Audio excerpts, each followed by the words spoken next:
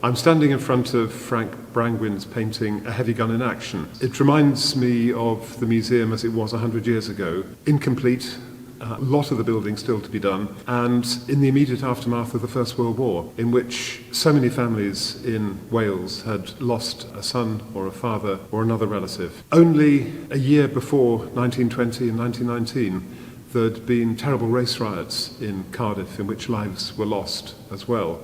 And at the same time, then as now, there was a global pandemic all the way across the world, which of course touched Wales among almost every other country too, again with huge loss of life. The museum was only partly built, and this was a time of great hardship in Wales. Nevertheless, many people were determined that we would have national institutions.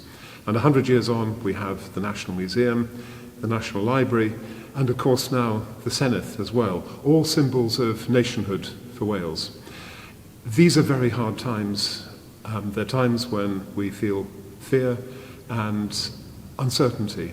We can remind ourselves that at another time just like that, all those years ago, there was a determination in Wales to rebuild afterwards and to complete this wonderful museum with its wonderful collections.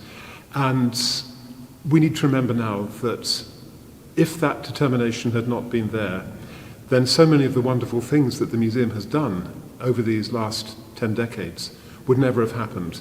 Those things which are to do with understanding ourselves as a nation and learning and sharing and giving our gifts, really, if you like, of culture to each other.